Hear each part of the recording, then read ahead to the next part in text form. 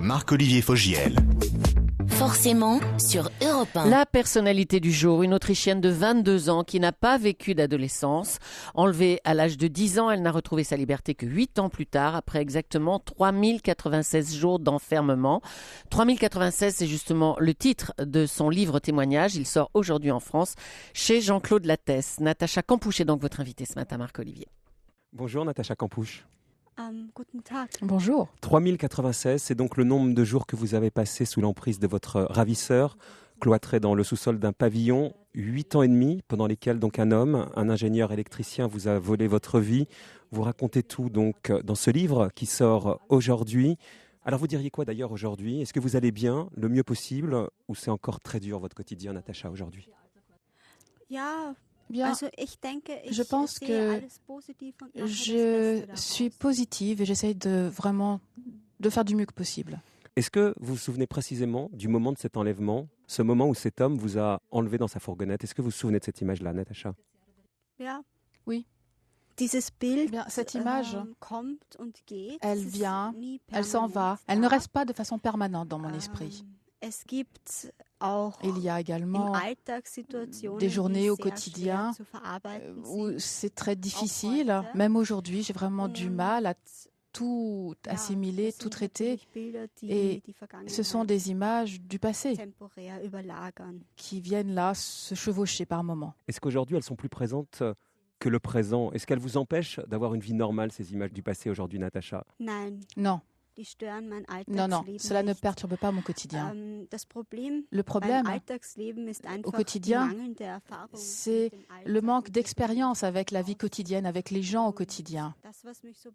Et ce qui me pèse, vraiment, c'est que je ne trouve pas encore tout à fait mes marques. Vous êtes enfui il y a 4 ans. Est-ce que le moment de la fuite est aussi présent pour vous que le moment de l'enlèvement ? C'était le 23 août 2006. Non. Heureusement, non. Parce que ces deux événements étaient très traumatisants. Ce qui s'est passé par la suite, après que je me sois enfuie, ce n'est pas forcément ce que je souhaiterais à d'autres personnes. Pourquoi ? Pourquoi ? Eh bien, parce que pour la première fois, j'ai pu vraiment me rendre compte comment sont les gens en réalité. Il y a d'abord eu les gens qui n'ont pas voulu m'aider alors que j'avais besoin d'aide. Ensuite, les gens qui se sont battus à mon propos, qui se sont disputés. J'étais un peu une sorte de morceau de viande et puis chacun voulait le meilleur morceau. Vous voyez ? Et puis, il y a eu d'autres déceptions. Mais la liberté dont vous jouissez aujourd'hui, elle est moins heureuse que celle que vous imaginiez du fond de votre cachot ? Oui. J'ai constaté que même les gens qui pensent être libres ne le sont pas vraiment. Et je suis encore à la recherche de ma définition à moi de la liberté. Vous expliquez que votre ravisseur essayait de vous faire oublier votre identité. Pendant des années, vous n'avez pas pu vous voir dans une glace. Est-ce qu'il a réussi, vous diriez, à vous faire perdre une certaine estime de vous, Natacha ? Oui, d'une certaine façon, il y est parvenu. J'ai perdu mon estime de moi. Mais je me suis battue pour essayer de récupérer cette estime de moi afin d'avoir la force nécessaire pour m'enfuir. Plusieurs fois, vous avez essayé de vous enfuir. Une a réussi. Plusieurs fois, vous avez aussi essayé de vous suicider. Il y a eu des moments où tout ça était trop insupportable. Il y a eu des moments où je ne voyais pas d'issue, à part peut-être me suicider, pour être enfin libre. Pendant toute cette période, quelle image vous aviez de votre ravisseur ? Est-ce que vous arriviez à le comprendre ? Est-ce que vous cherchiez à comprendre ce qu'il avait dans la tête ? Oui. Il était finalement, d'une certaine façon, quelqu'un de tout à fait normal. Il était gentil, poli, c'était un voisin gentil, poli, un peu en retrait, un fils normal, je dirais dans la moyenne, et quelqu'un qu'on ne remarquait pas. Et c'est pourquoi personne n'a remarqué qu'il était malade psychologiquement. Est-ce que vous diriez même, Natacha, qu'il avait une forme de tendresse pour vous ? Oui, oui, il a finalement développé une sorte de tendresse pour ses pneus de voiture de sa BMW.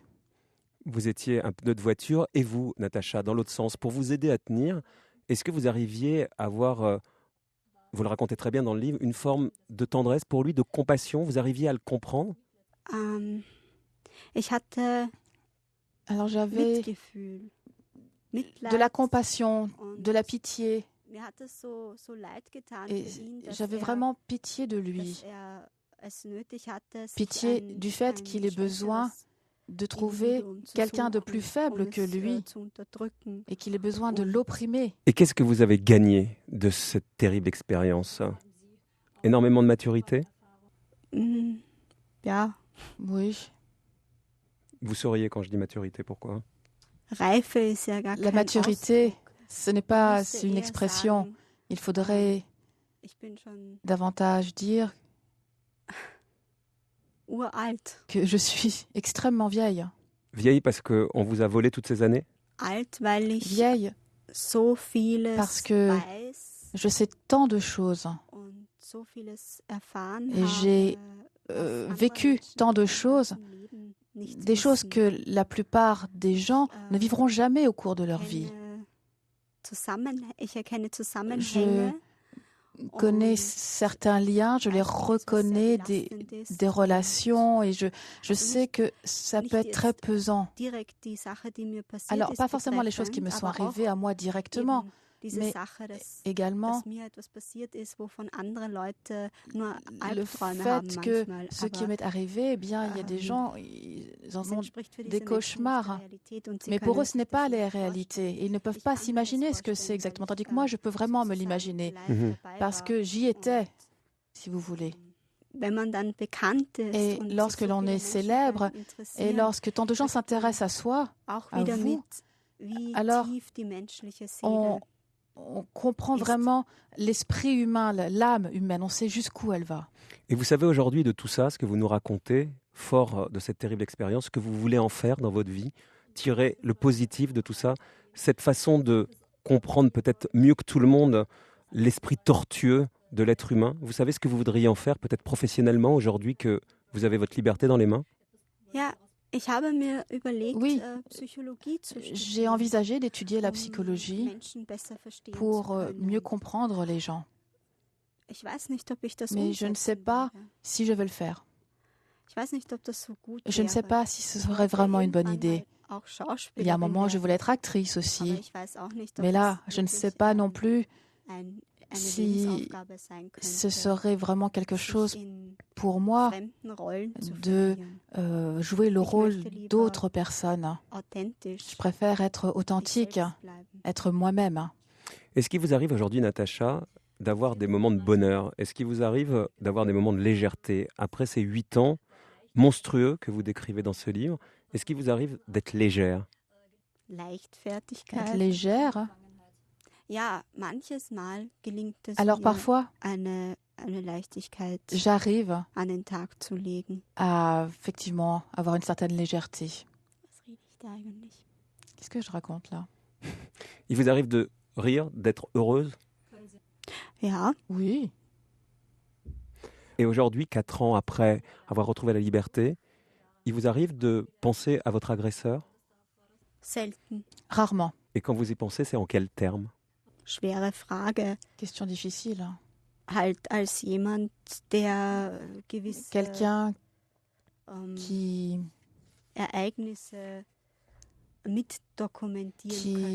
pourrait raconter des événements qui se sont passés pendant ma jeunesse, mais qui ne vit plus. Il vous arrive de regretter qu'ils ne vivent plus? Je regrette qu'il se soit suicidé. Après, je ne sais pas vraiment si je regrette qu'il ne vive plus. Je ne sais pas ce qui se serait passé s'il avait été emprisonné. Et je ne sais pas si je lui aurais souhaité d'être en prison. Vous, la prison, en tout cas, vous l'avez connue, Natacha. Merci d'avoir partagé ce moment avec nous, d'avoir raconté votre captivité dans ce livre. 3096 jours, donc vous racontez énormément de choses, notamment également, et ça vous appartient, les brimades sexuelles qui vous a fait subir. Vous les évoquez simplement. Merci Natacha Kampusch. On vous souhaite d'essayer de savourer cette liberté. Vielen Dank. Je vous remercie.